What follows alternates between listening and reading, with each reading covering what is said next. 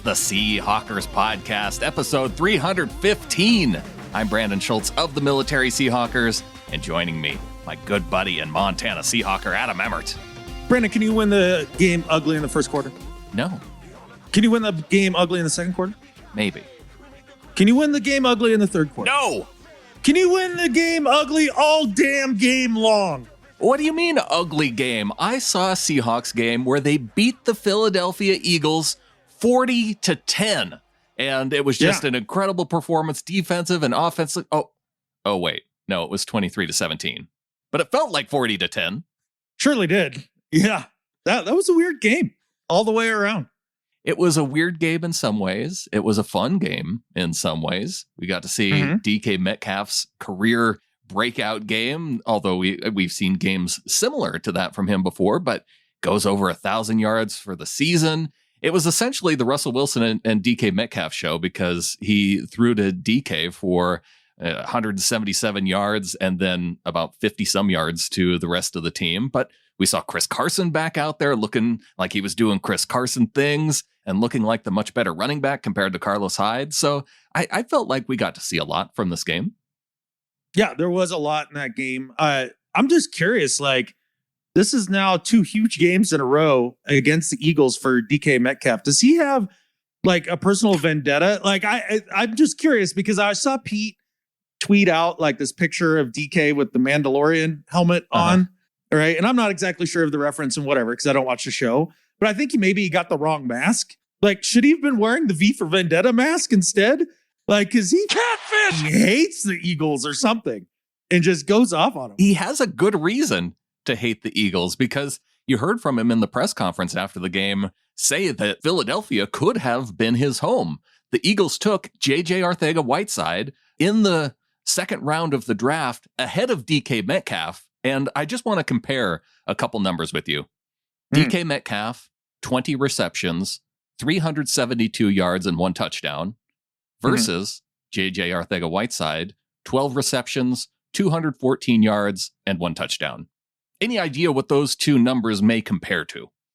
I had seen one of the little flockers post this, but it was just about the one game instead of the 2 games combined. But is that not DK's combined 2-game outing against the Eagles and Arcega-Whiteside's like entire career? It's Whiteside's entire career, and then it's Metcalf's 3 games because I also threw in the playoff game.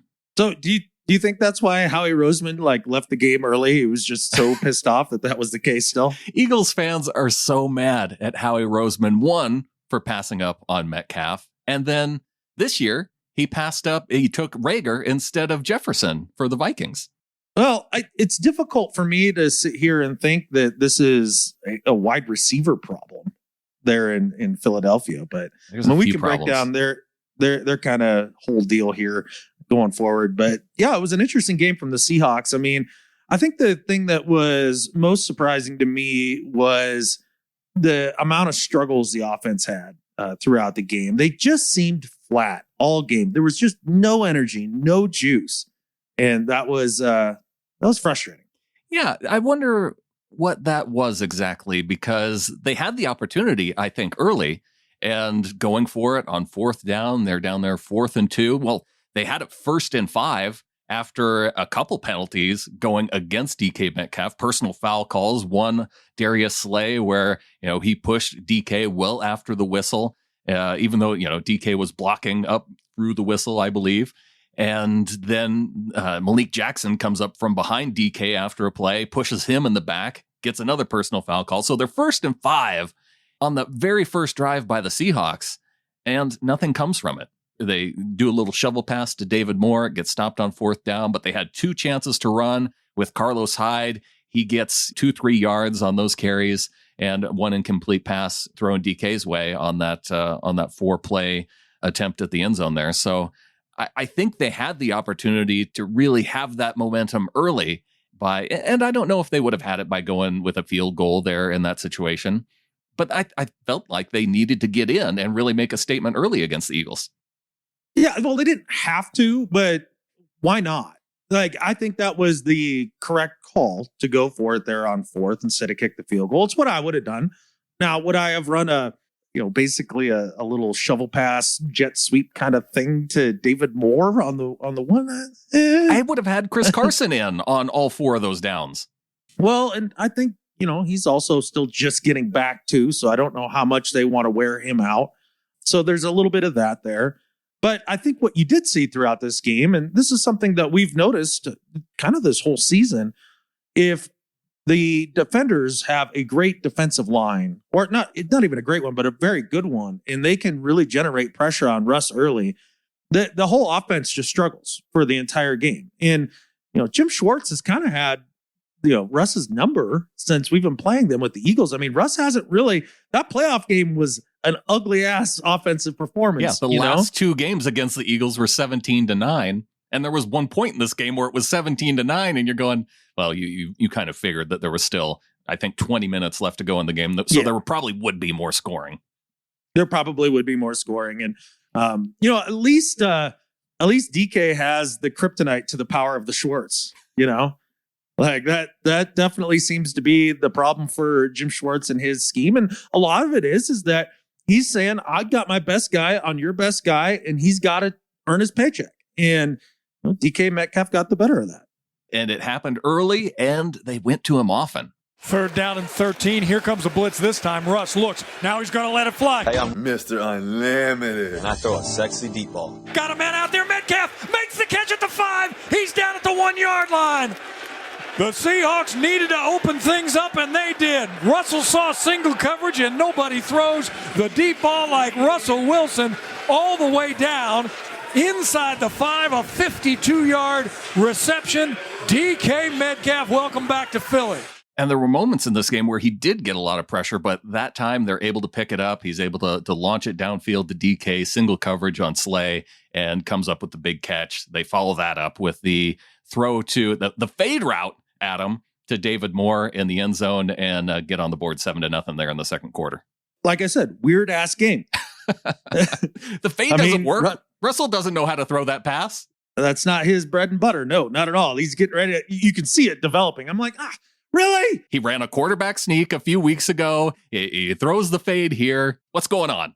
It's a tendency breaker, I guess. So you can't argue with the results, but at the end of the day, you're like, that's not what I was kind of hoping to see there. But hey, good for Russ. He played an efficient game overall. I think what was interesting is that they had such a hard time getting the short passing game going. I mean, the corners were just sitting on everything. And I mean, just to me, right about third quarter or so, that's when I started to get super frustrated with the offense. I'm like, why are we not leaving in an extra tight end, leave the back in, and run just a game with Tyler and DK and just start throwing deep and back these catfish off? Yeah. Like they needed the threat of it more often to back them off a little bit. And then you could dump a screen or two in there. And now you're off to the races. But they never seemed to make that adjustment. And it was very frustrating. And then towards the end of the game, offensively, you saw prevent offense. I mean, I've seen prevent defense out of Pete, but towards the end of that fourth quarter, not that I was sweating it or anything, but let's run left and get -3. Let's run left again and get -2. Hey, I got an idea. Let's run left again and then just get stuffed. It was so frustrating to watch. Yeah, that was the most frustrating part of the game, especially after a pass interference call on Lockett that was, I thought, relatively friendly. The officiating calls in this game were, I mean, bonkers as far as trying to figure out what the heck they were doing, because it looked like early on in the game there was some contact with Shaquille Griffin and the Eagles receiver, and you thought, okay, well, maybe these guys they're going to let them play in this game.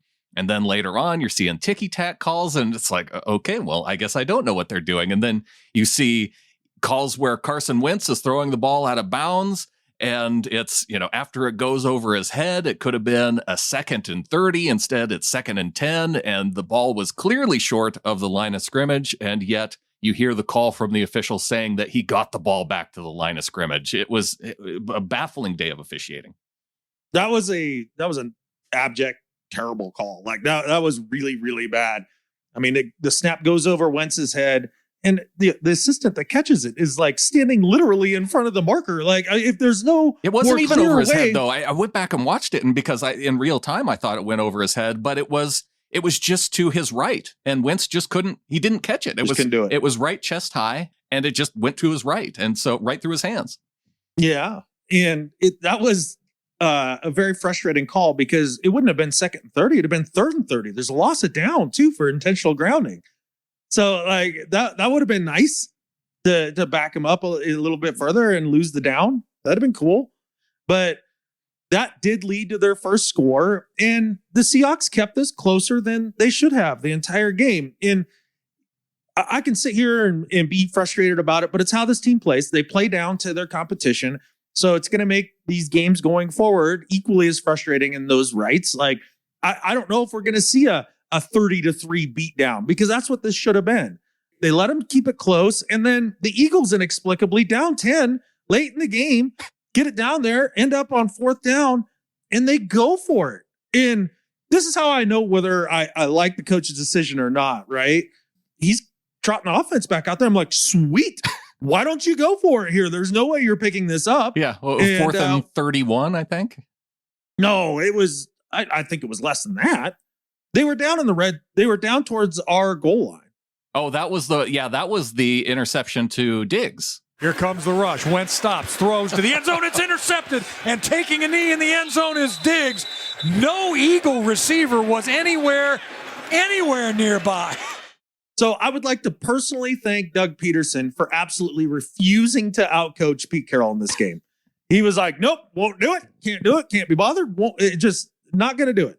Yeah, and that was a strange pass, too. It looked like maybe Goddard was like he was expecting Goddard to break inside, and Goddard just for whatever reason stopped and took on the block with Wagner like he was blocking downfield, and then Wentz just threw it right to Diggs.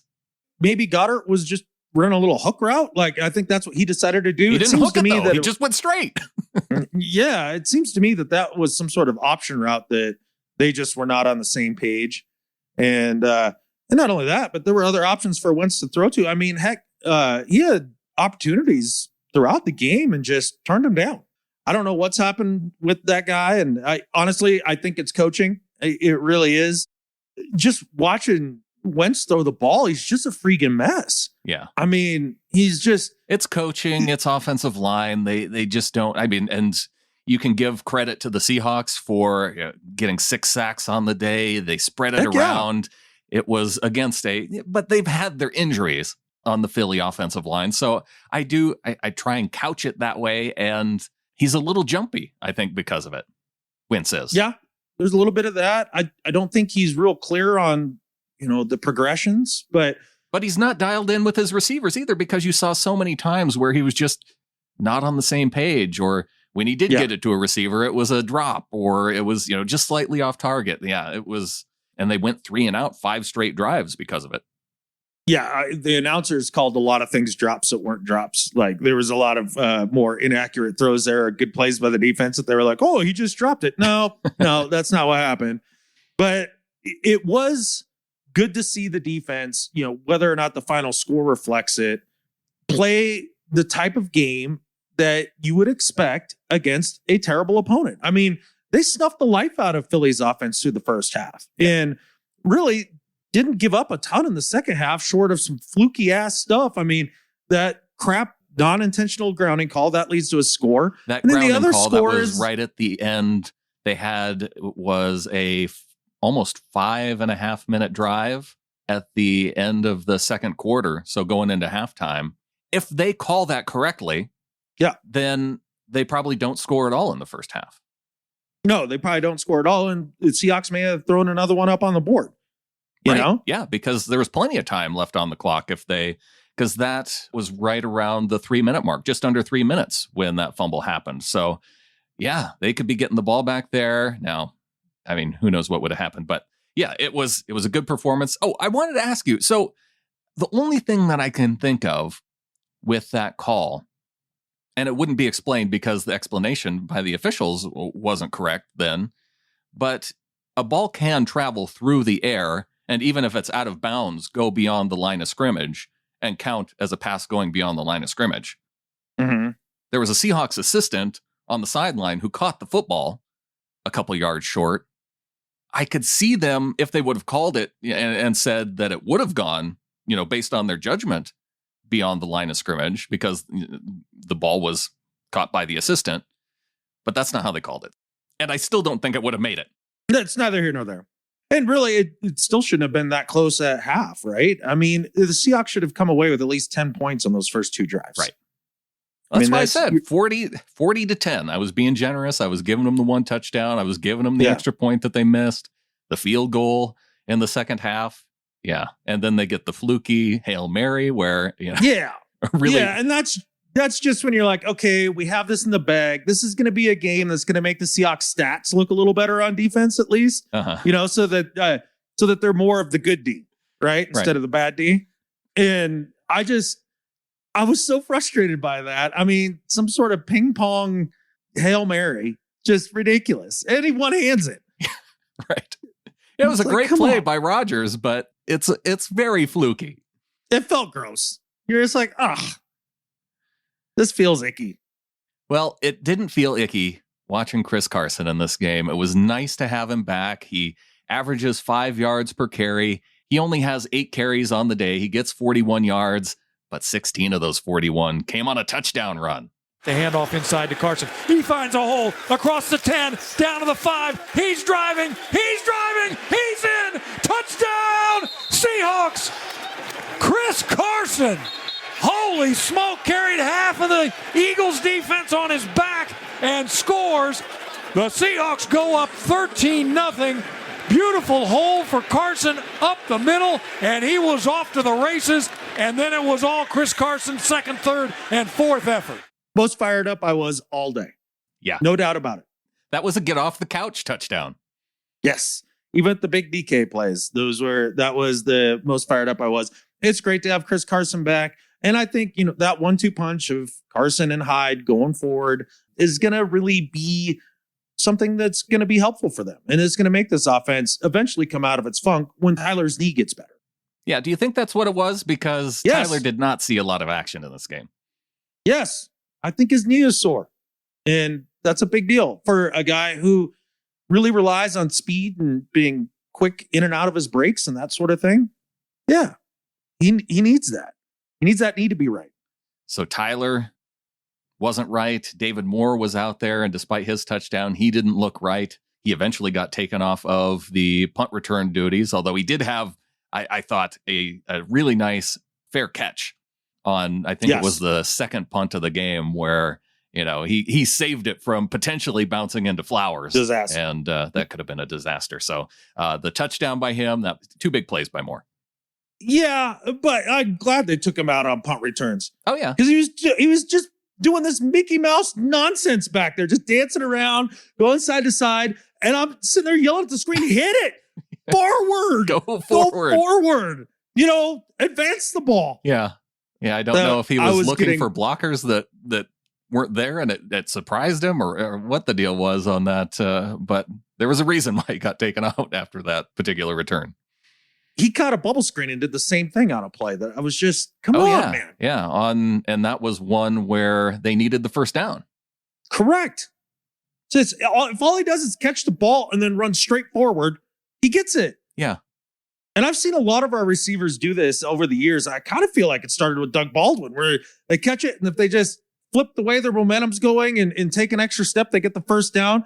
But they try to do the fancy reverse spin back the other way and then lose a yard and then have to try to fight to get it all back. Yeah. So they might make the first tackler miss, but there's another dude coming right behind him to clean it up. And if you would have just pushed forward through the dude who was on you, then you get the first down. Instead, you get taken down for a loss. Golly. Yeah. I would much rather that these guys actually just get what's there.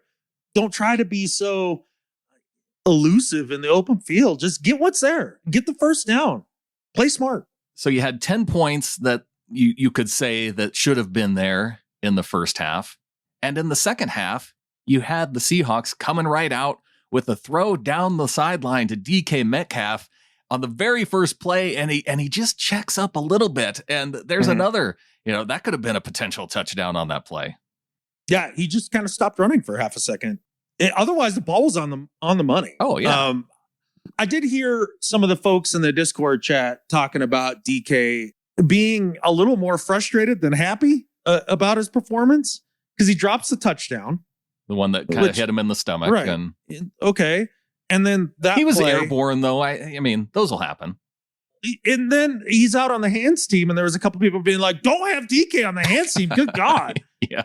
It's like, what are you talking about? Like, otherwise it's going to be who? Jacob Hollister? Right. It's going to be one of the tight ends. They want a bigger dude. Yeah. I mean, I'm fine with DK being there. And that's the thing is that. Well, you don't want Tyler out there right now because he's dinged. And, we saw Will Dissly out there earlier. And I mean, okay. But yeah, DK's fine. DK's fine. And we talk about his hands as if he's got terrible hands. It's like, look, let's all appreciate DK for what and who he is. He is physically a dominant guy. And he can absolutely take the top off of defense with his speed. He can overpower guys. And he can make some tough catches. But he's also not a natural catcher of the football. We've talked about this 1,000 times, I feel like, on this pod. And everybody's surprised when he has that drop or two a game. It's like, look, he is much closer to T.O. in that regard than he is Randy Moss. Yeah. Who could catch anything and was a natural catcher of the football. It's something he's going to have to work on. And honestly, he's gotten better this year than last year with it. And I think he'll continue to get better through his career, but he's never going to be a guy with natural hands. It's just not who he is. And I'm thankful for what he does have. He's already reached 58 catches this year on fewer targets than he had in 2019. And yes, he may be close in the number of drops that he already had compared to last year, but he's coming up with the football more than he isn't. And he's already at 1,000 yards. I don't understand any kind of animosity toward DK Metcalf. It's the same way with Jamal Adams. I feel like we're holding some of these players up to a standard that is way beyond what they should be held up to. I saw Bill Barnwell of ESPN put out a tweet, says, well, for what it's worth, the Seahawks have allowed a passer rating of 104.2 and 8.5 yards per attempt with Jamal Adams on the field, and a passer rating of 90.7 and 7.3 yards per attempt without him on the field this year. Oh, wow. A whole 10 points, 14 points of quarterback rating and 1.2 yards per attempt. Wow, that equals 3 catches for 30 yards over the course of a game. You're telling me that Jamal Adams, you watch him play and you don't think he's better on the field than not on the field? What are you watching? I don't know. And people get frustrated with his coverage ability, which he's fine in coverage. He's not great. Nobody said when we traded 2 firsts for this guy that this guy was Darrelle Revis and Ronnie Lott combined into one player. No. Like, that's not who he is. And that's okay. Yeah, because you're not drafting Darrelle Revis and Ronnie Lott with those 2 first-round picks. As one guy. Right. Like, they expect him to be one guy, because then the people that are mad about his coverage somehow just gloss over how awesome he is in the run game and getting after the passer. Yeah. Like, I know it doesn't look like your normal safety play. I know it doesn't, because the stats don't lie. He has a zillion more pressures than the next safety, right? Yeah. He plays differently. He has a different skill set. That doesn't mean that it's not valuable. Extremely valuable. Now, not only that, but completely worth the 2 first-round picks that they gave up. I mean, if we would have given up 2 first-round picks for somebody who could come in and get the type of sacks that he has that play D-end, we would all be applauding. Oh, Chris Jones. Everybody was saying 2 first-round picks for Chris Jones from the Chiefs. Right. We'd be all excited. And yet, so he gets all those sacks, is pretty decent in run support, like very good in run support. And then it's so in coverage. And now we're pissed. This is not the Jimmy Graham trade where he just can't block at all on the offensive line. He's a decent coverage guy. He's just not amazing at it. Exactly. He's not a shutdown corner. Well, no way. That's what I mean. When Barnwell throws out those stats, it's like, okay, yeah, 3 catches and there's 10 other dudes on the field. And so, there's other guys that are making up for that too. I'm not taking Jamal Adams off the field and putting in Ryan Neal just to save 1.2 yards per attempt on the day. Right. I don't get it. I mean, the impact of Jamal Adams outside of that is so much larger. Yeah. So what are you going to do? Take him off the field, just like you said, for Ryan Neal? I don't think so. And then not only that, but I've heard people saying, oh, defense is still a problem. This is a problem. And it's like, yeah, okay. I'm not ready to say defense solved at all. No. But can we all agree that the pass rush in the pass defense has been better now for 2.5 games? Can we all agree on that? And this 'Cause one, it's this true one facts. convinced me that it is real because they did what they needed to do against an inferior opponent. They snuffed the life out of them all game they long. stopped the run all day long. The corners held up against their receivers. You saw Trey Flowers, he gave up a couple catches on the day is all. And They get a pick and 6 sacks? yeah. Were you thinking that the Eagles were going to get shut out on the day? I mean, Or even negative points somehow? Was that our expectation here? Yeah. I don't know. So it's interesting to me to hear these like kind of skewed perceptions that are based off of, I don't know, a reality that doesn't exist. I mean, okay, the offense isn't producing like it did early. I don't know exactly what that's about. I think a lot of it, if you were to ask my opinion, is tempo. And we can get into that in a minute. Yeah. But the defense has obviously gotten better. And I'm not saying that they're a top 10 defense at this point, or that you're going to hold the Rams to 17 points or whatever. I mean, sure, you're probably going to give up 28 points to the Rams still, but that's better than getting your doors blown off too. Yeah, if you're talking about the better teams, we just needed an improvement, and it's there. Dunlap has been a difference maker. Mayoa back is a difference maker. Jamal Adams getting healthier is a difference maker. Ken Norton, give him some credit. All the stunts and stuff are getting home. He's created and manufactured some pressure.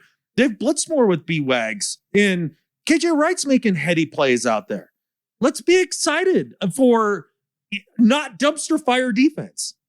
yeah, there was one play by KJ in this game that had me fired up. It was fourth down, and KJ made a heads up play to stay home, recognize that it needed to be a quick throw, and jump up in the air, knock the ball down, and get the football back to the offense. Wentz out of the shotgun. Now he takes the snap, looks near side. Ball is slapped down. KJ Wright gets his hand up and knocks it down on a pass, headed for the left flat. Goddard was out there. KJ shakes his head, said, no way.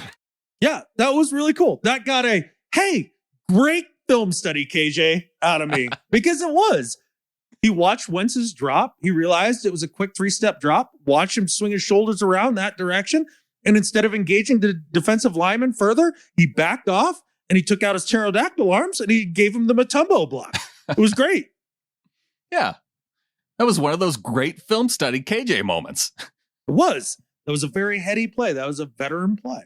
Yeah, I liked what I saw from KJ, liked what I saw from Bobby, although I would have liked him get home on that sack rather than he just came in too hot and couldn't bring down Carson Wentz. But they brought the pressure from all different areas. I looked at the pressure numbers. Outside of Jamal Adams, who had the most pressure, it was everybody else on the defensive line and the two linebackers, Bobby and KJ, who had 3 pressures each. And everybody except for Bobby had a sack in that group too. You had Mayoa with 3 pressures and a sack. You had Poona Ford with 3 pressures and a sack. You had Dunlap with 3 pressures and a sack. So it was just nice to see them spread that around. Reed, I didn't mention Reed. Yeah, even though he went down late in the game, came back. That was good to see. Sounds like Dunlap's injury isn't serious either. So he may or may not play Sunday, but it sounds like it, even if he sits out Sunday, it won't be too much longer. Okay, good. Because I'd seen today that he needed the MRI. And I was like, wait, what? Yeah. When did that happen? And that's good news. Okay. I can breathe a little easier on that one. Yeah, you don't want that guy sitting out. After the difference that he's made since coming to Seattle, you do not want to see Dunlap go out of the lineup long term. For sure.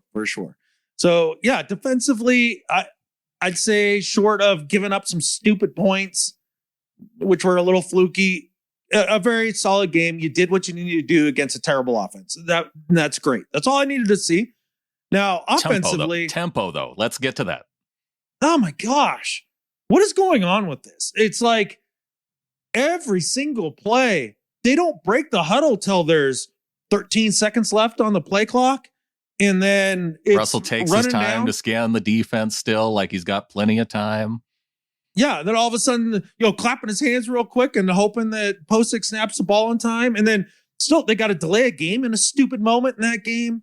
It's just Well, and the play calling and that from that series, when they got down 1st and 5, every single one of those plays seemed like they were taking forever, and they had to take a timeout before the 4th down call. And it's just, man, it's that kind of tempo that just takes the team out of its rhythm. The 3rd down call, too, it was late getting off, and all it was is a Carlos Hyde run. So, yeah, very, very frustrating. And then to hear Pete, take accountability for it at the end, it's like, Pete, we've been telling this all season long.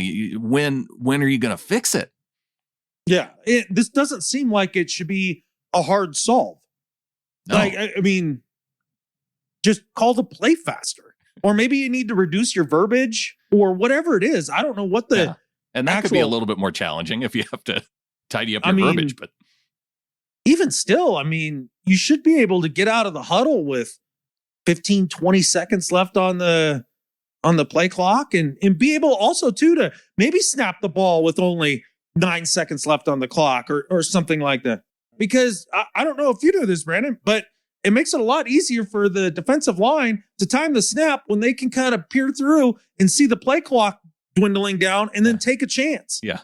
They know. Yeah. Are they going to snap it with 2 seconds, 1 second, or 0 seconds, and then just split the difference? Yeah, and go from there. It gives you a disadvantage in a number of different ways. And not only that, when you have a guy who's in the part of his career where he really can dissect a defense with his brain, you get to the line of scrimmage so damn late, like you're just hamstringing him. Yeah. So I don't understand what the malfunction is there. But if I had one hope coming up against the Giants here, one thing that I would like to see, it would be to see the offense operate more crisply. Okay. Well, I would like Brandon Shell back if it were one thing. But that would probably be number 2. Okay. I know we're going to get Brandon Shell back at some point. So I guess I don't worry about that as much because that's like a certainty in, all right, I'm not going to say that. It's a high likelihood outcome that he is back in the lineup. Whereas the Seahawks fixing the tempo of the offense feels 50-50 in the air. Yeah, that is going to be what, even if Brandon Shell takes until the playoffs to come back, this is an issue that you need to solve going into the playoffs. And, practicing it now would be a good idea. Yeah, when you're playing all these JV teams. Like, yes, let's do that, please. And look, the other thing with Seattle and playing up tempo with Russ is that that's when he's at his best. And to take that away, it's a little surprising that they haven't found a way to fix that yet. But gosh, you definitely hope that they do. So especially after getting, the other issue fixed that was the pass rush for so much of the season and, trying to figure out how they can blitz and apply pressure. And, now that they have Adams back in the lineup and Dunlap and it's making things happen, Mayoa coming back and being able to have a rotation with all those players on the defensive line, it looks so much better in that respect. Like you said, it's 3 weeks now where we can look at it and go, okay, we've seen enough that we can say that this defense is good at stopping the run, and now they have a complementary pass rush that can make enough happen in a game to keep your defense in it. Yeah, to be mediocre against the pass. Right. They've gotten there. And I think if you look at the progression of this team from week 1 to now, I think we have to say that it is progressive, right? Like we have had progress. Sure. This isn't regressive. This team hasn't regressed. So I got to have a little excitement about that going forward. It feels like they've kind of weathered that speed bump there in the middle of the season, made some adjustments, and they've got more to make, but they're getting there. Offense, I don't worry about that long term. I feel like that's something that they can get figured out and just hum it on all cylinders again. Defensively, I have faith in what I'm seeing. And then let's not forget the third phase of the game. Jason Myers is having a hell of a freaking season. 11 points from Myers on the day, 3 field goals, 2 extra points. And yeah, he bombed a franchise long this year. Yeah. Like, I mean, he hasn't missed one yet. No. I mean, just wow. Like this was the Pro Bowl kicker that we thought we were getting back from the Jets, right? Uh-huh. And that's super exciting. I mean, think of the Blair Walsh year and the Janikowski year, and even Myers to an extent last year. we didn't have that luxury of house money once again. And it feels like Myers has gotten it together, and Dixon quietly having a huge year. Yeah. I mean, he's been awesome. So when you look at the team as a whole, offense is very good. The defense is now okay. And DJ Reed looking like, we have a dude back there who could break one of these returns. And DJ Reed rounding out special teams and making special teams a very solid unit. They're good. Yeah, I'm excited about special teams. I'm excited about this team. Oh, and look, we knew going into this stretch of games that the defense was going to look better in some regards just because of the opponent. But you can also tell a difference between a defense just hanging on against a terrible opponent and making it look good, as opposed to giving the terrible opponent, just snuffing them out for the most part, like you should. In this game against the Eagles, we saw the corners playing up on the receivers, not giving them the 5-6 yards of padding. And you saw them making tackles when the ball was coming their way or breaking up a pass. So I can look at this and say, yeah, okay, this is at least what I want to see. And it's not that, and it's not at all like anything we were seeing earlier on the season. Now, so the booth was Steve Levy, Brian Greasy, and what is it, Riddick? Is that his last name? I can never remember. I don't remember the third one. Yeah, the former safety. And hilarious to hear him state at the end of the game multiple times. And they get Quentin Dunbar back going down the stretch here. That'll make him better. Yeah. Are we sure? Yeah. Louis Riddick. Yeah, you're right. Yeah, Louis Riddick. I was like, for reals? Are we sure? Because I'm not sure. Yeah, you're a former DB, and you're the one saying that. Well, I don't know. Maybe just on name recognition, I would, as far as Dunbar goes, I would give Riddick a pass if he said it once, but he said it like 2-3 times throughout the broadcast. It was like, oh, you believe this as like a true fact. That is very interesting. That's true. Yeah. Hey, we have depth now. DJ Reed is competent out there too. So I think I would, even if somebody were to go down, I think I'd be more comfortable with Reed being the fill-in next over Dunbar.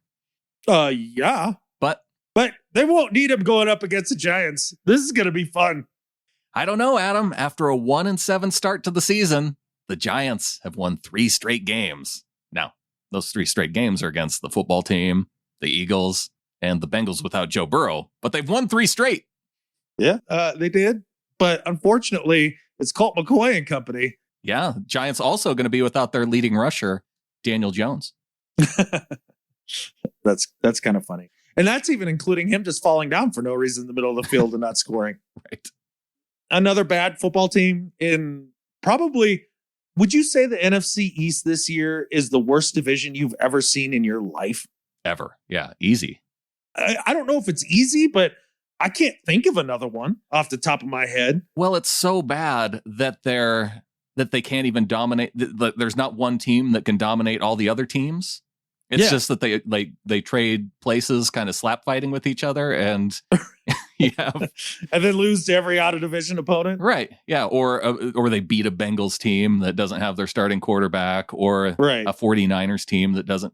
Well, maybe they had their starting quarterback at that time, but anyway, the Dallas Cowboys beating the Falcons on a fluky onside kick attempt at the end of the game. Those are all other bad teams. Yeah. Yeah.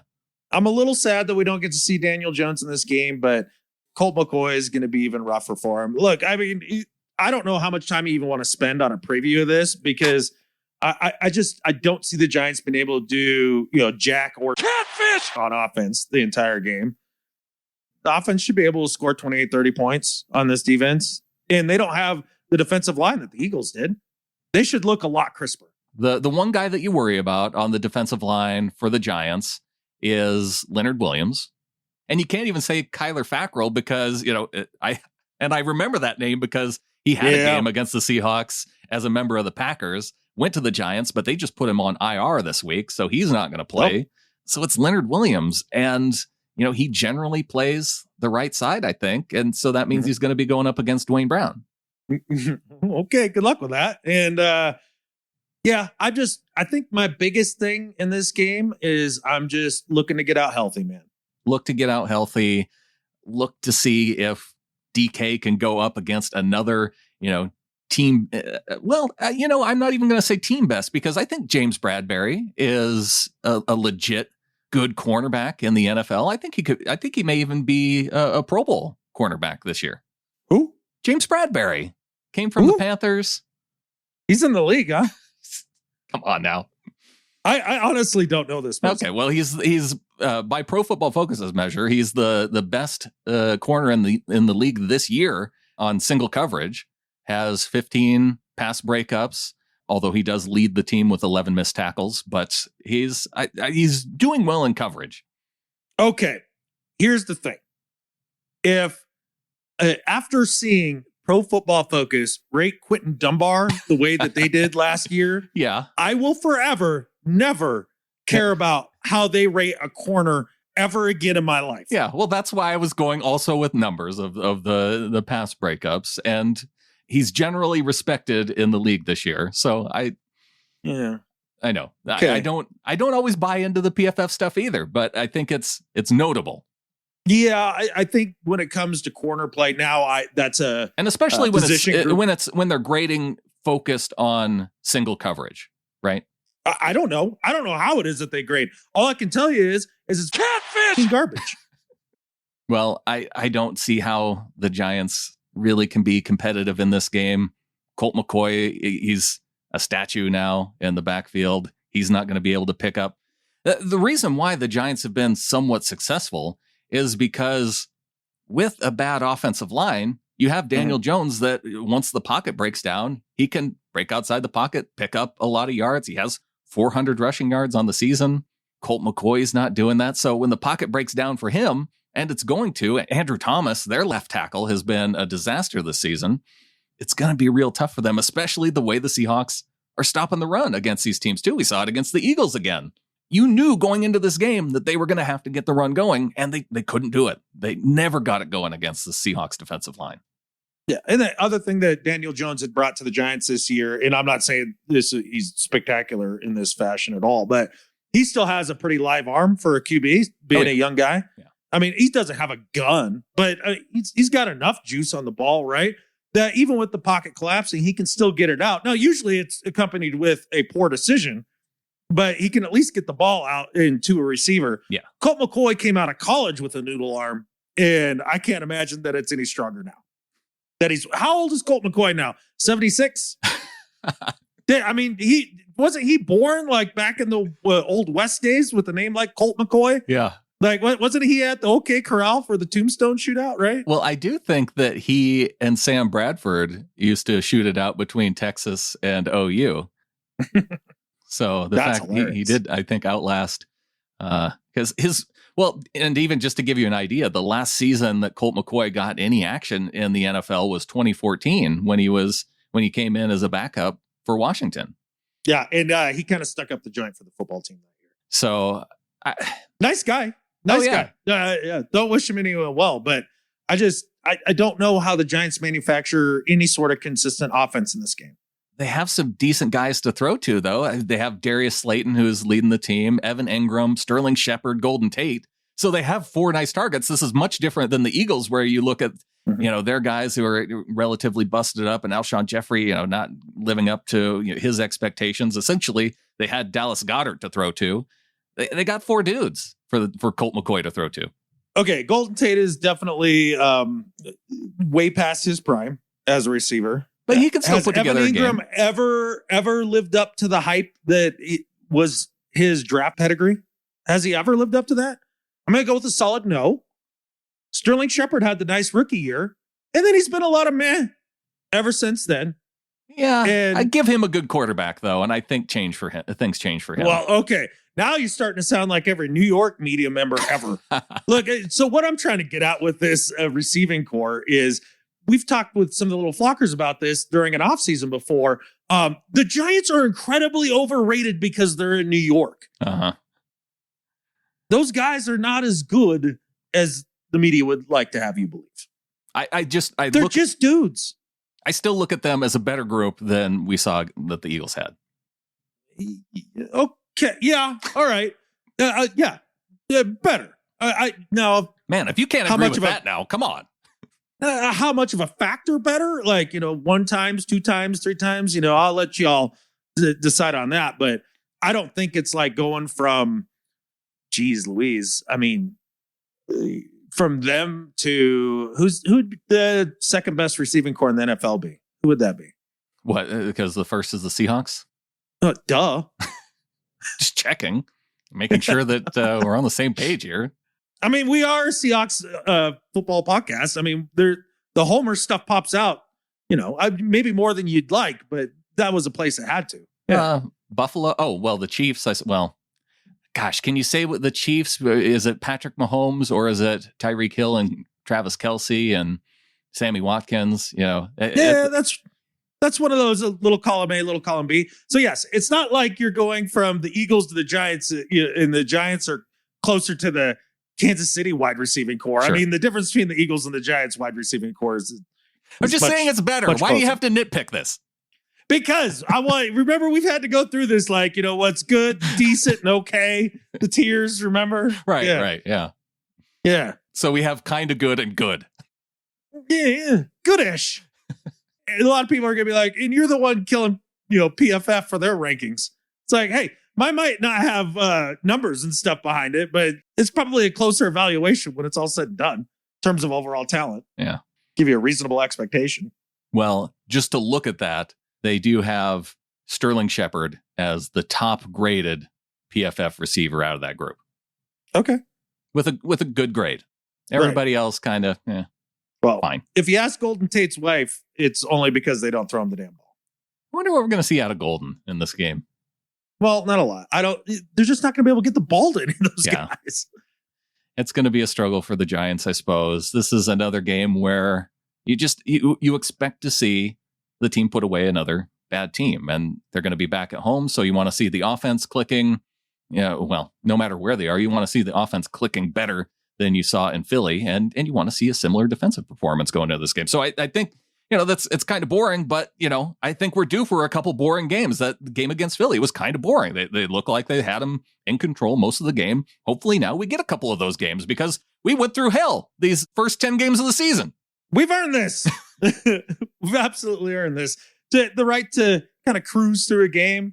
I loved having the non-stress of that game. It was a very non-stressful Monday for me. Yeah. There was one point where you go, oh, do I need to medicate? And then you're like, no, okay, I'm good. Nope, I'm good. I just need Doug Peterson to go for it on 4th down by the goal line for like no reason. And Wentz just to throw it straight to Diggs. For like no reason. Right. Well, he had to throw it. I mean, it was 4th down. They couldn't just, throw that one away. Yeah, I feel like you could have done a little better there. Yeah. I mean, at least an incompletion, yeah. Wentz could have done a little bit better in a lot of respects. Susie Colbert, I don't know if you watched the halftime show on ESPN, but my gosh, in and out of it. She lit Carson Wentz on fire, essentially, pointing out the fact that, saying how the Eagles facing statistically one of the worst defenses in the NFL this year and having -4 yards at the end of the first quarter, and pointing to the fact that the entire Broncos team didn't have a quarterback on their roster, and they still gained 26 yards in the first quarter against a defense in the New Orleans Saints that was, pretty good. Yeah, that's an indictment. Man, right there. Susie, Carson has a family that could have been watching. Yeah, maybe. Most of them are in North Dakota. I don't know that they even get games in North Dakota. Yeah, you have to really get out the good antenna. And even then, I mean, it's usually just a blizzard along that flat nothingness. And you probably don't get a signal out there. Probably not. Yeah. I wouldn't know, because why would anybody go to North Dakota? I don't know. I don't know if the rest of the country knows this, but Montanans as a whole have a total and complete disdain for Californians, but they also have a major superiority complex in terms of how they feel about North Dakotans. Yeah. It's funny. They're usually it's one of the two of them that are the butt of most jokes around. Yeah. And even within Montana, it's the Western Montanans versus the Western Dakotans. The Flatlanders? On the east side of the state. Yeah. Well, it's weird. You get them over here, they all stand with the lean, and you're wondering what that's about. Well, they're just used to having to lean into the wind at all catfish the time. 40-mile-an-hour wind all the time. Yeah. Man, Here we are talking Montana weather, Adam. This is second half of the show content. Let's get to it. Okay. Getting into the second half of the show. And Adam, as we were going into the break, we were talking, commonly held Montana beliefs. And I wanted to correct something that you said. You said something about hating Californians. Montanans don't hate Californians. They just want them. Do not put words in my mouth. I did not say hate. Okay. I said had disdain. And this disdain comes from not being from California. It's just not staying in California. Yes. Yeah. You can do California things in California for as long as you'd like to California cake. Just don't do it here in Montana. I just thought that was an important distinction to make. Yeah. So if you happen to be driving through Montana with California plates and somebody drives past you and just shakes a fist at you, don't take it personally. Take it more regionally. Stop at the border, get a rental car, and yes, you're going to do better that way. Because if you drive in with California plates, somebody is going to give you a gesture of some kind at some point during your travels. Probably more so, especially in your neck of the woods. But yeah. In all the necks of the woods. Well, a helpful pro tip for Californians who listen specifically to this podcast. Yeah, well, when Brittany moved back to Montana, she had her California plates, having lived in San Francisco. And it did not take her long to get rid of those. Yeah, she figured that out real quick. Real quick. Yeah. It's kind of like California is a lot like the NFC East. They're the black sheep to us, like the NFC East is the black sheep to the rest of the league. Like they're just like, ew, you guys stay over there and do your thing. I don't know. Is the San Francisco 49ers the black sheep of the entire NFL now that they're getting kicked out of their county and having to play in Arizona now for the next couple of weeks? Oh my God. This was the funniest thing that I probably heard all week. Not only have they lost half their team to injuries this year, but they lost their stadium. Out with sickness. Because their local area passed an ordinance that doesn't even allow them to play. And this is kind of weird to me. I would love to know how forcing San Francisco, the 49ers, to play in another state is somehow helping the spread of the virus within this particular county. Well, I mean, clearly, a team that gets tested every day and they have to quarantine if they're testing positive. This seems like the NFL's doing things the way things should be done, right? Right. I don't think this is aimed at the NFL as a whole. I don't think this is even a policy made on science of any kind here. What I really think happened is one of two things. Either Jed York pissed off somebody on the health board or somebody on the health board has gotten jobbed over on their season tickets. Like it's got to be something. There's more to this story. There's got to be something personal to this, right? This feels personal. Like just a little extra FU. That's what it has to be. But you also wonder how this is protecting anybody in that county from Corona. Yeah. But also how this can, I don't know. That seems like an awful lot of power for one particular group to have to be able to just force a team to play in another state. Yeah, I mean, apparently, if you sit at the county level of government in Santa Clara County or whatever county it's called, you wield some serious power. Now, I'm glad it's not my team. Absolutely. There's a lot of reasons why I'm glad the San Francisco 49ers are not my team. There's another one. Just when you needed another reason. Yeah. Well, I have other reasons why I'm really happy that the Seahawks got the win over the Eagles, because it continues to help the Seahawks with the way things are going down the stretch here. Mm-hmm. And Seattle looking like potentially the team that's going to win the NFC West. You start to look at what some of the other teams outside of the division are doing, like the Green Bay Packers, like the New Orleans Saints. And they needed this win over the Eagles to continue to have that tiebreaker scenario held with the Green Bay Packers, because the Packers lost a game to the Vikings. So with the Seahawks getting the win over the Vikings, and the other common opponent was the Eagles for these two teams. So it was important to get that win too. So if it comes down to a tiebreaker scenario with the Packers, then now Seattle has that. Interesting. Are you already doing the playoff machine? Are you doing that, the generator? You know the answer to this. Okay. If you have to ask, you know the answer. I do. I was kind of hoping maybe you'd surprise me and be like, no, I just just saw a headline or something. I'm not trying to tease this out weeks in advance already. If I'm going to make a statement like how important a win over the Eagles is in tiebreaker procedures, I have to back it up by going to the playoff generator and making sure it works. Or you could just say it was important for the win to keep up record-wise with the Saints and the Packers. Also a true fact. True fact. But New Orleans, they're going to be the one to watch now with Taysom Hill quarterbacking the team. Hopefully the NFL just doesn't take away all the quarterbacks of whatever next team the Saints have to play. And they actually have a matchup that is challenging to them. I got a text from our good buddy Jared, the Broncos fan, minutes after I got the alert on my phone that all the quarterbacks were out. Uh-huh. He's like, you got a quarterback we could borrow? And I just stay away from Geno. Yeah, I just sent him a gif of Uncle Rico because I felt like he was out there. Could have been had. But probably you can't get in through quarterback protocol, right? Or through COVID protocol. No. Yeah. The guy who made the most sense to get through protocol to me was John Elway. Bring him back. Put him out there. 60-year-old quarterback. Why not? He could do it for a game. You often hear these old timers say, I could do it for a game still. I would have liked to see it.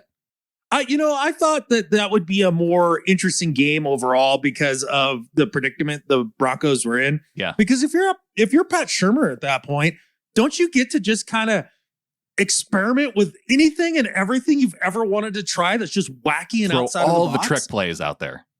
Yeah, I think that it should have been more fun. That game should have been more fun, even if the offensive futility was still there, like with just creativity. That's when you just bust it all out. I think Philip Lindsay getting hurt early on in that game kind of ruined their plans. Yeah. And then having to go to the practice squad wide receiver, that was a little bit tough because he couldn't throw.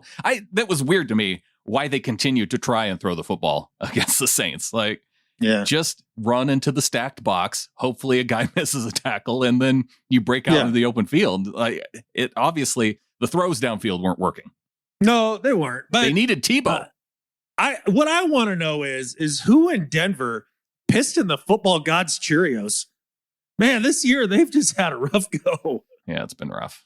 But I do want to see some adversity from the Saints going down the stretch that they have to deal with, because I guess playing against Atlanta, that might be a tough matchup for them now. Atlanta played well against the Raiders this weekend. I mean, dominated the Raiders. Yeah. You're not... I didn't want to buy into the Falcons either. I was saying to myself, I'm never picking the Falcons again toward the time where they got rid of Dan Quinn. And now I'm thinking I might have to reevaluate that and pick the Falcons once or twice now here going down the stretch. Have to or will? I will. I don't have to. That's weird. I wouldn't do that. No? No, they're not a good football team. Come on, man. They beat the Panthers. Yeah, wasn't Teddy hurt that game? Probably. Okay. I don't know. When you put up 43 points against any team. Even a blind squirrel finds a nut once in a while. Okay. I might pick them against the Saints. I might pick them against the Bucks. I don't know what's going on with that team. Oh, Bruce Arians is imploding the Bucks. Yeah. You know what? I think I'll make that part of my better at life, actually. Why don't we welcome some new members of the flock? Okay. Welcome to the flock to Luca Barron in at a conversion number I'm not able to make, so I'll go with 4.5 pounds is what Patreon tells me. We're still saying this is not gold, right? We've settled on that. I mean, it's another Barron. So in the Barron family, we have multiple Barons donating to the show now. True. And I am firmly convinced that all Lucas are related. And so clearly they're related to Luka Doncic, so they should have money. So this should be in gold. Booyah. Yeah. Welcome to the flock to Jilun Shen in at $5 a month. So welcome to the flock, Jilun. Hey man, appreciate it. Yeah, I don't have any witty name jokes for that. Yeah, I hope I'm pronouncing it right is my hope. Yeah, I was gonna actually torch you for it, but I kind of applauded the effort, like on the inside. It was pretty good. Bradley in Montreal, Canada is in with 1212, a one-time donation via SeahawkersPodcast.com/support coming in through PayPal. So thanks to Bradley. Hey man, appreciate that up there in Canada. And Bradley has a note says, this week marks my 1-year free load-iversary. So I figured now would be the right time to pay my dues. I just wanted to thank you for the amazing work you do every week. Your takes and banter have kept me sane over the last few months while I have been in the hospital battling leukemia. You guys always have me laughing like a fool in public or crying after a tough/frustrating loss to the catfish Rams. That being said, I feel like it's time for me to cleanse my chakra. As the weather got colder up here, I decided it was time to bring out my Seahawks fleece for the Bills game. After that loss, I apparently didn't learn my lesson and wore it again until halftime against the Rams. After ripping off the fleece, we performed better in the second half. Last week, I kept the fleece on the back of my chair for the whole game, and by some miracle, Trey Flowers kept D-Hop to 50 yards. Needless to say, the fleece stays off my person from now on. From freezing cold Montreal, Canada, go Hawks. P.S. Catfish! The Rams, Cardinals, and Niners. Go Hawks, man. And yeah, screw all those guys. I was initially feeling guilty about taking a donation from somebody who's going through leukemia, right? Right. But then I remembered he's got the socialized medicine, so he's doing okay. So that's good. He's got the Canada healthcare. The Canadian healthcare. It's good stuff. But seriously, I hope everything's going better and it's all trending in the right direction for you, man. And hey, we're just doing our part out here, and I'm glad that you're doing your part by, thinking about things like the fleece. You got to keep that stuff in mind. It's important. You kind of have, more important health things to worry about, but still worrying about the chakra at the same time. You can work double duty. Right. But don't forget the chakra. I said duty. Well, it is your duty to do that every now and then. And welcome to the flock to Bob Meek in at $3 a month. Thanks, Bob. Hey, Bob. Appreciate that, man. And of course, thanks to our executive producers, Dustin Mock and Brian Shaw. Just crushing it. Always crushing it. Yeah. Want to give a shout out to Jacob Myers, our winner for the November giveaway of Tiny Pieces of Seahawks Stuff. You can go to tinypiecesofseahawksstuff.com, and the December giveaway, Adam. I'm telling you, this Russell Wilson card right here, it's a playoff pedigree card, and it's numbered 2 of 10. So only 10 of these. And in existence. And it's kind of cool because the tiny piece of Seahawks stuff in there, I don't know if it's the part of a jersey that has just the action green, like on the collar maybe, or maybe if it's a wristband. I know it says player worn material. So, I mean, it could be a wristband. It just looks like a different kind of material than is in most cards. And I think this will be a good one. Maybe part of a sock? Maybe. Do they have Seahawks uniform socks that are blue with the lime green stripe? Hard telling, not knowing, but I do know that I was afraid that you were going to give away tiny pieces of those BJ Finney game worn swamp ass pads. Thought you were going to buy those and just start, take the scissors to them. Well, I do. I meant to tease this at the beginning. I do have a pretty important announcement that involves said pants that I will be discussing later on in the show. Okay. All right. I've been waiting on pins and needles. I didn't want to pressure you into revealing it, but will you tell us? Tell us. I will tell you in due time, my friend, in this show. You know what? I don't like teasers. The teasers work an awful lot better when you tease them at the beginning of the show and then you wait until the end of the show to reveal them. But that's the catfish part of this. You teased me before we even got on the microphone saying that you had this big announcement / surprise. Yeah, well, I need to remind you so I don't forget, and I don't know how I could forget this particular piece of news. Is it news or is it just an announcement? It's cool either way. But by all means, don't tell us now. We have to do trivia with Jeremy. We've put it off weeks after weeks. I will only do trivia with Jeremy if he stopped picking against the Seahawks. Yes, that is. Did he amend his ways? That is key. Yeah. Okay. I think I didn't get an apology from Jeremy yet, but I know it's coming. Hey, it's out there in the ether. I'm sure he felt it. What's up, gentlemen? Jeremy from California. I'm just calling with the Seahawks trivia. First of all, you gentlemen did well from last week's question. The question was, in the playoffs, what NFC teams has Russ beaten twice and lost to twice? And Adam correctly answered that Atlanta is the team that they have lost to twice. And Brandon kind of answered the question correctly about the team that Russ has beaten twice. It was kind of a trick question. Russ has not beaten any team twice in the playoffs, but, Brandon said that, talk about New Orleans and the Beastquake game, which happened just before the Russ era. So Russ has lost to the Falcons twice, but he has not beaten any NFC team twice yet. We will see.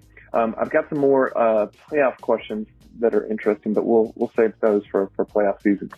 All right, my question this week: against which division does Russ have the best winning percentage? And against which division does Russ have the worst winning percentage? Go Hawks! Well, I do appreciate his confidence in the fact that we're making the playoffs. So he's got playoff questions already I love it. in the hopper there. So that's good stuff. All right. So best winning percentage and worst winning percentage against what divisions? If I were to guess, I would say worst. Best winning percentage to me, my mind immediately NFC goes East. to the AFC East. Okay. So one of the East. I'm going NFC. Okay. You're smart going AFC because you just play them fewer times. You right? play them fewer times. I know that the team that you would expect them to lose to, the good one over the last few years, is the Patriots. Mhm. And Russell beat the Patriots both times in the regular season. It's a true fact. So was it just regular season? I don't know that it was stipulated. Okay. Yeah. Yeah, I'm going to go with AFC East. Okay, so we're both taking the Eastern divisions because obviously we have a disdain for the East Coast. So let's NFC say East is a good guess too, because trying to come up with a loss. I mean, they beat Washington generally. Yeah, they've just generally, and he's never lost to the Eagles. right. I mean, I can remember getting beat once by the Cowboys, but that was a playoff game. Well, there was the one in Seattle. Remember the one where the frustrating loss to the Cowboys in Seattle, probably in 2014, maybe? That one comes to mind. All Okay. right. Worst winning percentage against what divisions? I might go AFC again and go AFC South. Yeah. Because they had some weird loss down in Jacksonville once. He lost to Andrew Luck in Indy. They've also beaten Indy a couple times. Oh, sure. Yeah, he's going to have Have they ever lost to the Texans? I don't think they have. Shoot, it might be the NFC West. I'm going to go with the AFC North. Okay. Because I can remember losing to Pittsburgh. I can remember losing to Baltimore. We've always beaten the Browns. I'm going AFC North. Okay. Yeah. All right, Jeremy. At least he got completely different guesses out of both of us in this, so this will be fun. Yeah, I figured if we just sprayed and prayed, we'd get it. We'd get it. One of those has to be right. We can't go 0 for 4 out of all of our guesses. Yeah, But we can. exactly. If you want to be part of our mailbag, you can go to gohawks@seahawkerspodcast.com. Send us an email there or send us an email through our website, seahawkerspodcast.com. Val in Yakima, Washington did that. And Val says, I have been a football official for a number of years. We get to games more than... And so what Val's talking about here is we were talking about how at the beginning of last show, the team meeting, right? So we're drawing a parallel to that with this email. Val says, we get to games more than an hour early to dress and go over our assignments. Every game we do exactly what the defense did in Seattle that you guys somehow doubt and or ridicule. We state to others our thinking process, what we are looking for, and in what order as a play develops. Our white hat would say, line judge running play. I would explain 1. I count the offensive players and signal the head linesman. We have 11 by making a fist. He confirms he has the same. Then I check formation for legality and signal to the widest player whether I have him on or off the line of scrimmage. This continues through the rest of the play process with the variations for runs, passes, covering wide receivers downfield, laterals, etc. The white hat then asks the next guy for his process for a running play. Everyone takes a turn. Then we do pass plays, and when everyone finishes, on to punts, kickoffs, coin toss, halftime, and special events, etc. If someone makes a mistake while explaining, the team talks about it and corrects it before heading out to the field. It gets everyone's head visualizing assignments and truly works. So I can see a defense getting so much out of communicating in this manner. I wish they did it every game. So please give it some credence as a valid learning tool. I'm sure they mostly knew it all beforehand, but it's like cramming for a test. It reminds you just before going out and get your head in the game immediately. Thanks, guys. Keep up the great work. Love the show. Val Gordon Davis. All right, Val, don't bother me with your facts, logic, and reason and actual examples of firsthand experiences about how this has been good for you in your life and, part of your professional life, because I don't care. It still feels like I didn't think we were ridiculing the process, though. I thought we were talking about. I think I was making fun. Okay, you were making fun of it. I was saying, why didn't they do this sooner? Because this makes perfect sense to me. Like, this is something you should do. I'd say the only difference is I could kind of understand it in the sense of where Val was saying every single week they do it. And it's a bit of the routine. Yeah. Just to make sure everybody's on the same page and all that. That I would get more. But the idea that they just did it once, not necessarily before the game, just sometime during the week, and then now everything's better, well, like have a hard Val time says, this is something that you have to practice. So it becomes part of your routine, so you know what to do in a particular situation. So yeah, I could see, okay, you were making fun of it. I thought it was just funny that it just now they decided to do it. Yeah, I was definitely making fun of it and saying that it was BS and Pete was just making crap up. On to do better and better at life. My do better this week, and you had kind of touched on it earlier in the show, so I'm glad we could get to this. My do better this week is for a very familiar douchebag named B.A. We all remember Bruce Arians, don't we? That total jackass of a head coach that we couldn't stand. Well, now he's the head coach of the Tampa Bay Bucks, as everybody knows, and now he's got the GOAT as his quarterback. And you know what BA is doing? It has now been pointed out by the media throughout this week and, kind of chronicled throughout the season here. BA is playing his same BS that he always does. The blame game. Throwing Tom Brady under the bus with both axles as often as possible, and give Tom Brady some credit because, he's taking the high road. It's like, there's blame to go around for everyone and, me included. And yep, I've thrown a lot of picks and all that stuff. Instead of Bruce Arians, for once in his freaking life, come out and be like, hey, I'm not adjusting my offense well for an old ass quarterback. Right. Instead of saying that, it's always Tom Brady's fault. His poor reads. He'll even stick up for his receivers before he sticks up for Tom Brady. Bruce Arians, same old jackass. Do better. Is Tom Brady a member of your team or just an outcast that you were somehow forced to play with on this team? Why are you and Byron Leftwich not adjusting your offense to do what Tom does well? Instead, you're making Tom throw, every single deep ball that is in the normal Bruce Arians game plan. And I've had discussions with Anthony about this because, I planted the seed with him that Bruce Arians will never, ever take the blame for anything. And so now he's picking up on it in every single situation. And it's kind of fun. But it's frustrating for him, and I could understand. Oh, absolutely. And another quick question. Has anybody seen Bruce Arians on the sideline this year?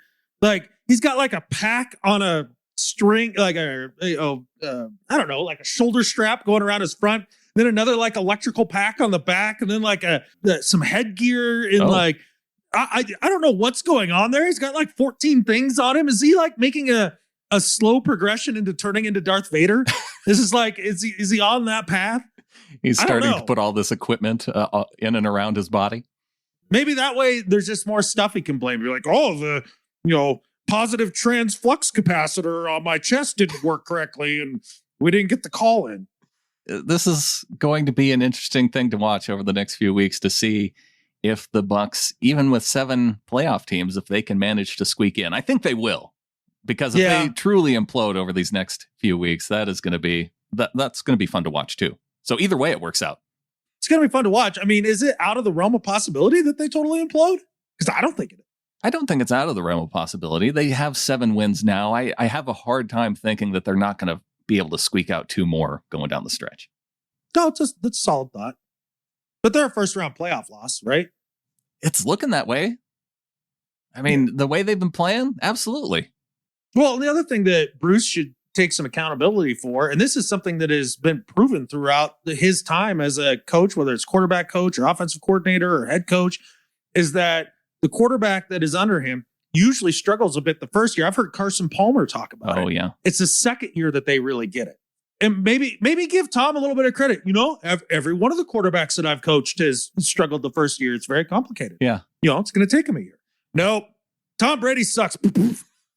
Just right over him. Yeah, I don't think that any of his teammates would buy that. And I think he does risk losing his team by going after Brady as hard as he has in the media, risking losing Brady too. Because, what does he need to play for Arians for? He's like, I played for the biggest Catfish! in football. You might eclipse that. Although Patricia did just get fired. Yeah. I'll get to we could talk more about that later. Oh, okay, good. Because I hope that's in your better at life, because I'd waffled, and so depending. Yes, it is. It is in my better at life. Oh, good. That means I get to go with my other one. Okay, good. Yeah. See, we're producing on the fly. Yeah. Might do better this week, Adam. And you touched on this. It's for the Seattle Seahawks auction site. Normally a cool place to get some Seahawks gear that you can't get anywhere else. I saw a game used Bobby Wagner helmet on there, a football used in the Miami Dolphins game. But there are some things that were used in the Miami Dolphins game that really nobody should want, or should probably be destroyed or disposed of, potentially as a biohazard, rather than listed for auction. Adam, we've talked about some moisture-related challenges that our former backup center, BJ Finney, has struggled with in the past. Mm-hmm. His game-worn pants were listed for auction up on the Seattle Seahawks auction site. And, it's one thing that if it's up in Buffalo, it was relatively quiet in terms of weather. No, this was the heat of Miami. And it wasn't that BJ Finney was just on the sidelines. That would be bad enough. But no, he was coming in on special teams for extra points, for field goals. So he was doing some physical exertion. And somebody thought that, here's a good idea. Let's take BJ Finney's game-worn pants and throw them up on the auction site. So for the Seahawks, for listing these swampy-ass pants from the game against the Dolphins, do better. Yeah, there's only one explanation for this, and it has to be that they are legit hazardous waste, and there was just nowhere for them to dispose them in the Seattle area, and they figured they just pawn it off on somebody else, and just not my problem. So here's the crazy thing. Yeah. Somebody actually bid on these. Somebody bid. They were listed at 35. Was it BJ Finney's mom? Somebody listed. I don't know. But they were listed at 35. Somebody put a bid down for 35. But guess what? I also put a bid down and bid it up to $36. Oh my God. Adam, I won them.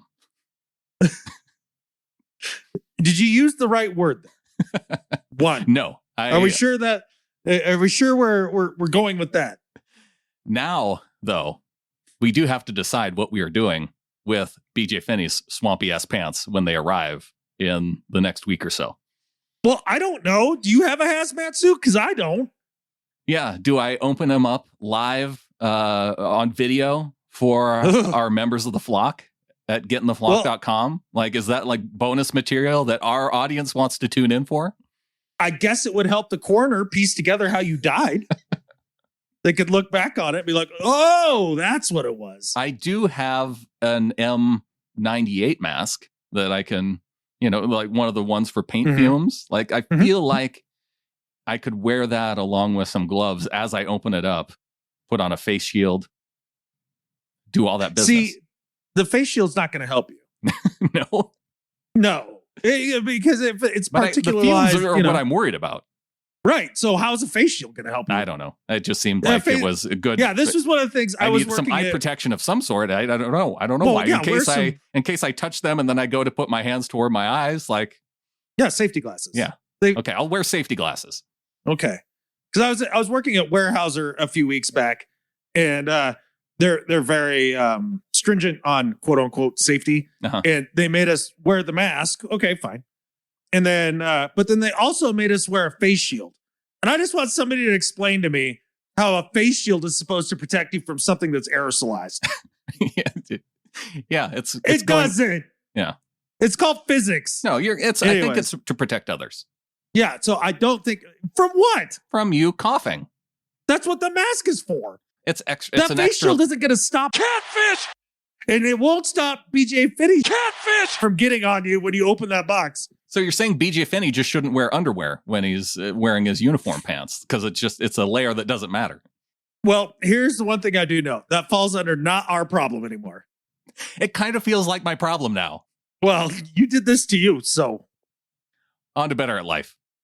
All right, man. My Better at Life than Skip Bayless this week is for what I'm now convinced is an alien presence just screwing with the world. And I'm loving this. I talked to you guys last week about that monolith that was in Utah, right? And everybody was like, how'd this get here? What's that about?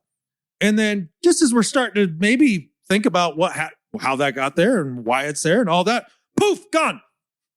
It's gone. It disappeared. Yeah. Yeah. Well, turns out like 4 dudes apparently got really mad that it was like trash in the desert, like drove a long ways and then, hauled it out with a wheelbarrow. So I don't know. I mean. Oh, they figured that out. Yeah, maybe. That's just a theory. I mean, I'm still going with aliens, well, that's what they want you to think it's the guys with the wheelbarrow. Right. Well, I mean, that's who aliens always pin it on is dudes with wheelbarrows. But wake up, sheeple. And so, but then from there, I was like, okay, that was a fun story while it lasted. And then poof, in Romania, of all places, another one pops up. Whoa. Yeah. And they're like, this is weird. And it's apparently was at like some, site that was, archaeological site or some crap like that. Right. Yeah. And I was like, okay, I'm taking notice now. This is like, because if it just happened to get in the US, I'd be like, pranksters being pranksters. Yeah. Somebody could have moved it like in Utah, moving it to Nevada. That's not impressive. No. But Romania is awfully random. And Romania is kind of like one of the kind of a spooky country, I feel like. Yeah, I think it, is related to the stands, right? Like all the stands countries, like they're all scary. Pakistan, Uzbekistan. No, I was thinking like Romania is like where Dracula lived or something. Oh, I thought maybe just based on safety. It's maybe not the best place to be. I was thinking more paranormal, supernatural. Yeah. Yeah. Okay. Well, hey, maybe you're more on the money. I don't know, but aliens put one there, and then I was like, that's interesting. And the DCH actually had texted me about it. And before I could even text him back, poof, that one disappeared. Whoa. They gone. Were you really working this past week, or were you just doing research on where this monolith popped up and disappeared to? Look, I feel uncomfortable with you giving me this hard inquiry into my whereabouts at any given time. Answer the question, Adam. Ossifer, I do not. I plead the fifth. Do not have to answer this line of questioning. I'm a free man. But anyways, I am all in on the mystery and intrigue of where one will pop up next. Where will it go next? Yeah, okay, do you have guesses? Australia. Give me one guess. Okay, yeah. Australia. I was going with another continent. I was going to go with Antarctica. Oh, well, that would be really impressive. That'd be really impressive. I don't know if there'd be. There's not enough people there to see it. It doesn't matter. It just has to happen. Okay. It's a lot like a tree that falls in the wood. If one dude sees it, it happened. We only just need one dude to come across it. We'll just say it ends up in a continent that starts with an A, and we probably have pretty good chances. Okay, there we go. All right, that covers at least 3, right? Asia is a continent too, right? Yeah. Africa. But anyways, for whatever advanced civilization in the sky that's playing this fascinating prank that I'm enjoying, to the nth degree, better at life than Skip Bayless. Wow, back-to-back Better at Lives for people involved with this monolith. They're crushing it. Can they make it 3 in a row? The hat trick of Better at Lives? I don't know. Clock's ticking. My Better at Life is for the Reddit community for the Detroit Lions. Because as the Houston Texans went into Detroit, beat the Lions, it ends up being the game that gets Matt Patricia fired. And Lions fans were so fired up, they decided to donate $13. This is what they were urged to do, $13 per donation. And they picked that number for a very specific reason. but to donate that amount of money to the Deshaun Watson Foundation for getting the win over the Lions. And the reason why they picked 13 is because it matches Matt Patricia's win total in Detroit over his 43 games there in Detroit. So I just thought it was a cool gesture, making good out of, Lions fans were fed up with Matt Patricia. And what a great way to celebrate by donating to a great cause, the Deshaun Watson Foundation. Great gesture by the Lions Reddit community. They are better at life than Skip Bayless. Heck yeah, man. I didn't know that's where you're going with that, but that's a very cool story. Making something positive out of I guess it depends on your perspective, but a negative story, like a dude losing his job. But then again, if you're a Lions fan, hooray. It's a positive story, yeah. Yeah, so there's that. I thought maybe you're going to go with the Darrell Bevell angle, getting his first shot at being a head coach. Yeah, I like that too. He's a guy that helped us win a Super Bowl. Go ahead, Darrell Bevell. Have some success. I'm excited for you. Yeah, he needs to turn. I would like to see good things happen to Darrell Bevell. Yeah. He shows up, coaches the Lions well over the end of the season. Maybe gets people starting to think, maybe Darrell Bevell will be a good head coach. Right. I mean, I don't think I'd want him coaching the Seahawks, but I want the guy to get a good job. Yeah. You just don't need him at your place anymore. Right. Yeah. I'm glad we're in agreement because I don't know if you know this, Brandon, but this tablet I'm talking to you on, down to 3% battery. We made it. We did this. We did it in just the right amount of time. We started at 30%. We're down to 3. We did a show in 27% of Adam's tablet battery life. Yeah. In case any of you wanted to know, it takes 27% of an iPad battery to do this show. And with that, there's only one thing left to say. Go Hawks. Go Hawks.